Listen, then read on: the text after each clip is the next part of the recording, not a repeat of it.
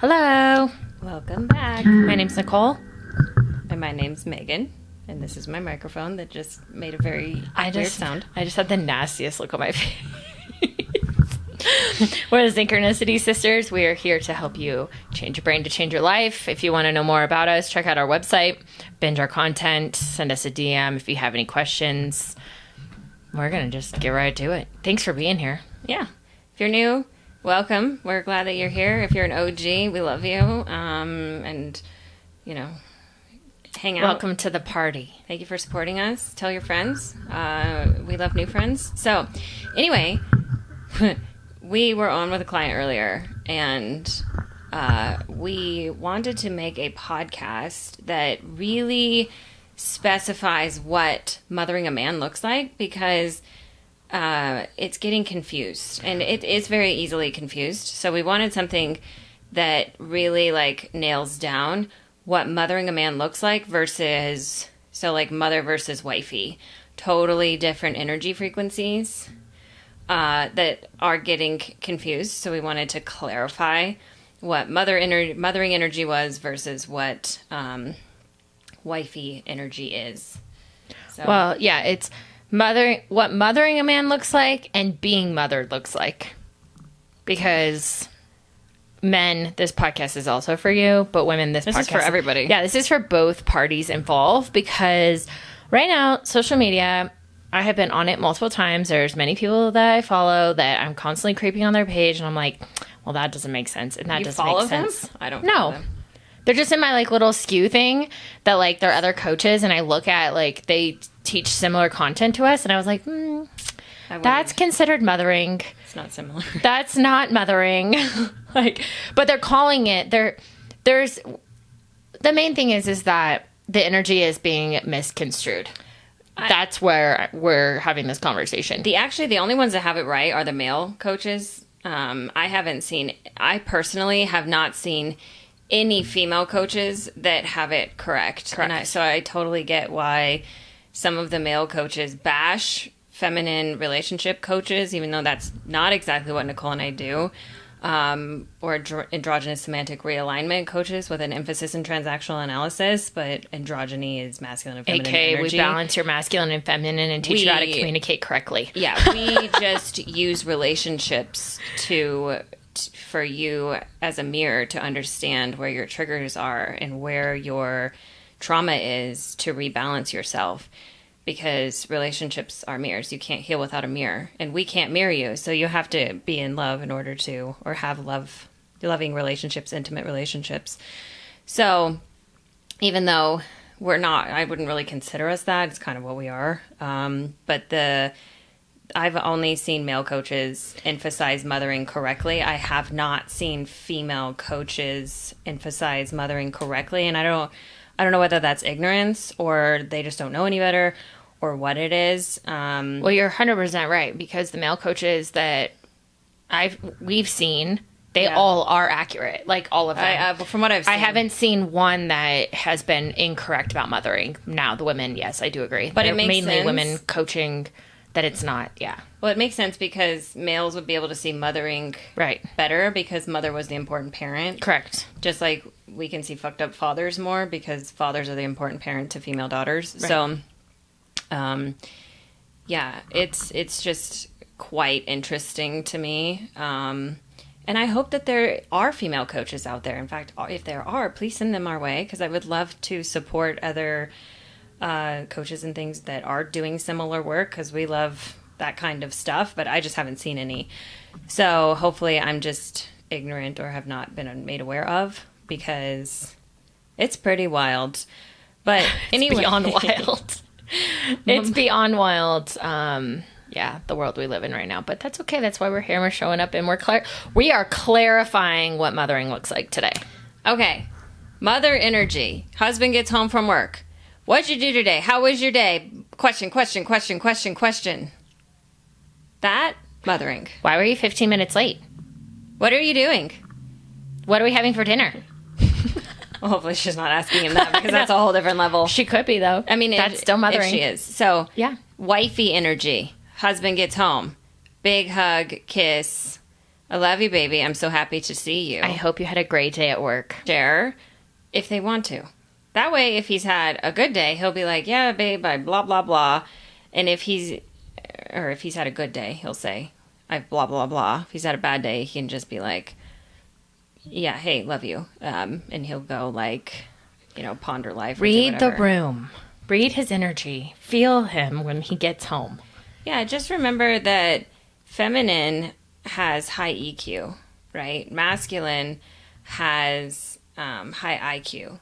So when we're coming at men with like question, that's being in our IQ, not our EQ. So it's very important that we're in our emotions or in our feelings when we're with our masculine, because you're going to be in your IQ at work or if you do anything intellectual. But with your man, remember that you want to polarize the energy. So unless he asks you for a suggestion or for whatever, and be very careful, be very, very careful not to start to solve your man's problems. That's mothering. Solve his problem or be his therapist. Even when he asks you, okay, you can share a little bit, but I just want you to be aware to not go too far into your IQ ever with your masculine. I don't care if you solve the world's problems for work. When you are with your man, you want like 90% of the time for him to solve all of the problems, and maybe 10% you give a suggestion or make a comment, because if you're teaching, preaching, or any of that, you're in your masculine. So again, you can solve all of your friends' problems, the world's problems. I don't care. Don't solve your man's problems. It's his job to solve your problems. That makes him feel like a man. So even if you have a crooked shelf and you can do it by yourself, hey baby, we always use the will you crooked fix shelf. my shelf? Hey baby, like, something's not working, fix it. It's even if you can do it yourself, just let him fix it. That's his job. He loves it. Just let him. Well, and also, so mothering men, when we want to look at things, wives, remember that feminine is passive. So if we want to make a suggestion or tell him like what we think, we first have to ask permission. So if your husband comes home from work and he's venting about his boss is an asshole and you're like, thank you for sharing. Do not try to fix his problems. Just listen. If he asks you, right, like, what would you do about da-da-da-da-da? And say, I have a suggestion. Are you asking for it, right? Or, I have a suggestion. Would you like to hear it? or are you asking me for a suggestion? Yeah. Like, mirror Clarify. him. So if he says, I am needing a suggestion for whatever problem, mirror it back to him. Right. Are you asking me for suggestion in this example? Are you asking me for a suggestion? Asking me for my suggestion. Pause. If he says yes, then say, are you willing to hear it? Because then in his brain, it's now he's going to go on pause and he's going to listen to you. Well, you're also you're still letting him lead. Yes. You're still making respecting him a him man. with words. And or it's like when your boyfriend's like, "What do you want to do?" Mothering would be like, "I want to do da da da da da." You say, "Are you collecting information in order to make a decision, or are you delegating the decision to me?" Right? And he's going to be like, "What the hell?" But That's a question. What? That's technically a question. I just realized that. But he asked you, "What do you want to do?" Yeah, no, I just realized that, like, But asking him, "Do you want to make a suggestion?" is also asking a question. yeah. So I think it's interesting. I'm just realizing, like, questioning a man in the sense of, like, what do you mean? Why are you saying that? Blah, blah, blah, blah, blah. But rebuttaling a question is still respectful. Right. So you just don't want to come at him with questions. Yeah, that's what I'm just clarifying. But you can have a conversation, and asking for clarity is not questioning somebody. Correct. It's just kind of like, I'm not sure how you want me to interact with you. And so it's actually being respectful. Like, may I share something with you? Those kinds of things are allowing him to lead. Again, if you want to know how the feminine interacts with the masculine, go watch Tutors. Okay, up until Anne Boleyn gets her head Anne cut off. Boleyn goes into her masculine And starts questioning him. and then ends up dead. Yep. But before that, when he falls in love with her, she will always ask him, right? She's super submissive, but yet the chaste aspect was her fake virtue, but he thought she was virtuous, right? She wouldn't have sex with him before marriage, and he moved mountains to make it happen. Not that it ended up being a good thing, but it is a good example of how feminine interacts with masculine.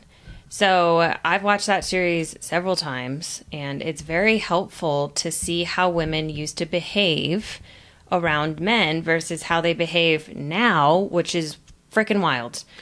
It's like the Wild West out here. Actually, Nicole and I were just listening to the song by Trisha Yearwood, X's and O's. Oh my God, that And song that's- makes me so sad. But that's 100% what's happened to women, right? Yeah. She used to tie her hair up in X's and Well, O's. her mother used to tie her hair up in ribbons and bows. No, she used to sign her letters with X's Yeah, and then O's. her mother used to She wear has her pearls and heels. Picture of her mother in heels and pearls. And then she literally states, I'm just trying to make it in my daddy's world as an American girl. And then she talks about how fixing things in her house that are broken are worth it if you're getting paid. But if not, it's just a burden because you're trying to keep everything else going. Yeah, and it's Mind you, this song was written in 1993. But it's a good example of what has happened to women. Like, we're doing it all. And when Nicole and I actually, yesterday, I was having a moment. And it's just really interesting because it dawned on me that everybody goes into victimhood. But when anybody goes into victimhood, you're in the wrong energy. So when I collapse too far into my masculine, because again, it's really hard to balance. Nicole and I own a company. It's a lot. We're in our heads a lot. And if I'm not consciously dropping into my feminine, getting pedicures, getting massages, dancing, listening to music, like meditating, consciously taking that time to being is feminine And feel good. and feel good, I collapse into my masculine, and then I go into victimology and I get really overwhelmed and I'm too far in my head. And so when you go into victimhood, you're out of balance in your masculine and feminine, right? When men go into victimhood, they want to feel good. So remember that when you're out of balance, women, you need to feel good to do good. Men, you need to do good to feel good. So if you're mothering a man, you are doing good to feel good. So you need to feel good, and feeling good, being a feeling-centered being, is not being an interrogator or a leader or any of those things in your relationship. Again, you can go out and go conquer the world. I don't give a shit. But like when you're in your relationship, if it feels good to be the feminine, then just sit down, open up, and let the man lead. Let him do his thing. Don't bombard him with questions. Don't try to control him. Don't I wouldn't even do a man's laundry. I think that's mothering. Technically, when I was having this conversation with Meg a couple weeks ago, because I used to be like, I still am, and I think Megan can also agree, because we've had this conversation, like, total mother archetype. Like, in my younger years, I totally used to mother men. Every alpha has. Woo-wee, man. Like, I look back on some of my relationships, and I'm like, damn, like, that was messed up. But anyways, so I always think about it now when I'm with my partner is like, would his mother say this to him? What's about to come out of my mouth? Would it be something his mom says? Because his mom isn't going to ask him for permission to have a suggestion. And also, ladies out there, I know that asking a man for clarity, if you're an alpha and this is new to you, sounds repulsive, because ask me how I know. I used to be like, fuck that. There's no way I'm going to ask him permission to, like, for my suggestion. Like, no. Yes, you are. Because it is actually your job as the feminine, because of the way our brains work, is to communicate clearly and to make his brain not to go into white noise and to hear you. And so I know that a lot of relationships now are ending in divorce. And this is a huge, huge, huge problem that's happening in our world culturally, because women do not know how and do not understand, and we have lost the art of communication. Feminine guides with our words. And so when we are asking for clarity, when he is asking us the suggestion, if you have to listen to that a few times, rewind this podcast and listen to it again. When he's asking and you are mirroring with a question, and then you're going to give him your suggestion, if he wants it. If he wants it, if he says yes and it's an invite, always think about the feminine as being invited. Because it is so, like, if you're not invited, like, would you show up to a party if you weren't invited? You have to start thinking in a totally different perspective that's almost elegant and eloquent and classy. If you're in your masculine, you would just show up. I'm just going to go. I'm just going to do, right? That's what you do at work. You just do. And very often, like very, very rarely, do you ask for permission within your work, unless you're going to a higher up, right? You have respect for your boss. So your husband or your boyfriend is no different. He's the president of your house. You have chose him. You get to be the VP. You have to ask for permission when there's situations when it comes to communicating or whatever's being negotiated. So thinking about it from that perspective is huge. And I know I was very repulsed by it. But when I started using this in my relationships, my entire relationships changed. And quite frankly, if you use this very early on, you will weed out feminine men because it will reject them. And of course, remember, we date for character. So that their actions and words align.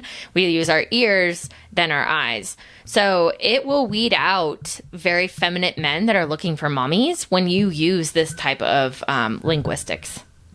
Well, I think the majority of men are looking for moms nowadays because they don't even know any different. That's why the majority of men live in their mother's basements.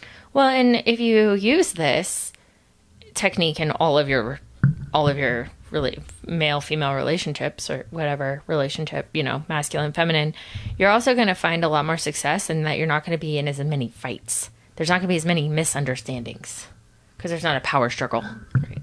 So the bottom line is that mothering is being massively construed right now, and it all comes down to how you're communicating.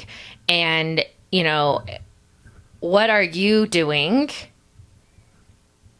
and how are you feeling as a woman? Like, you're in charge of communication, so how are you communicating with your man? Yeah, I mean, it's... When you break it down, mothering is compete, control, conquer, nurturing, it's doing. So being is like making statements. Being is being open to receive. It's being present, right? But you let the man take the lead. If you're questioning and going into his bubble without permission, then you're leading, not him, right? But we do get to lead with, we are relationship-centered beings, so we do get to lead with like a hug and a kiss and like, remember that feminine is sensual, and men come to the feminine to have fun, to feel good. That's when they get to step into, of course, they still do good to be good, right? They still do good to be good. I mean, they do. They do good all day, right? They work. And this is why typically men are the providers, because that means they're doing good. And then when they're with their woman, they get to feel good because they're providing for her and everything. And then they get to... She feels safe and... Yeah, so then they get to feel good with her, right? And so it's their piece of heaven. And when we're bossing them around and asking them a bunch of questions, they feel like they're at work. And it's not... They're not leading. Their nervous system is completely dysregulated. We just have been taught completely wrong. And this is why of the alpha archetypes, the mother is the most dangerous. We as women have to step out of this. You can still be everything that you want to be as a woman. But when you're with a masculine man, unless you're a masculine core, right, then, you want to be a mother in a relationship and that's what feels good and whatever, okay, this podcast isn't for you. But if you are a feeling-centered being that's a feminine core, or a man that is a masculine core and wants to provide, be very conscious of this, either within yourself or a man. Be very conscious of this in women, because it's destroying masculinity in our culture. It's not men that are destroying their own masculinity. It's the feminine that is destroying masculinity by mothering it. Because, look at Kali, I know I talk about her a lot, but we eat men alive. We will, when we step into our masculine, That's Kali. God help 'em. When we're in our feminine energy, we're Shakti. Shakti is the wife. Kali is literally like the demon killer. She's crazy. And it's very important to understand this aspect of ourselves as the feminine. And it's our job to be conscious of what energy frequency we're in. If you are a boss bitch and a terror on 2 feet and can conquer the world, I love you. You're one of us.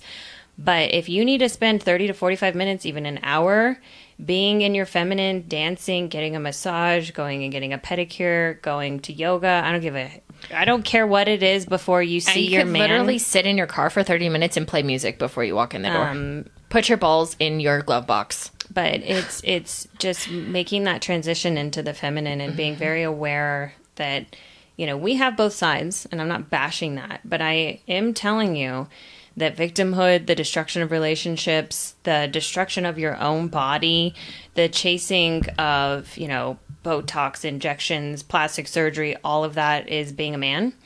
If you do it, okay. Like, I'm not shaming you, but I want you to understand that when we don't allow ourselves to age, and men don't allow us to age, we live in a very immature society. Aging gracefully is maturity, and it's just part of life. And we live in such a youth-driven culture, and it's a very immature culture. And part of it is the plastic surgery. You're seeing it, right? I want to be young forever. That's having a God complex. I don't understand because I haven't gotten old yet, but I do understand the psychology of it to a certain extent. And the eternal youth is narcissistic. So aging is part of the process of life. And when we don't allow it to happen, we have a very, very sick society. Like, our society views the elders as disposable when we really should, or could, or ought to have elders looked at as wisdom and things we can learn from.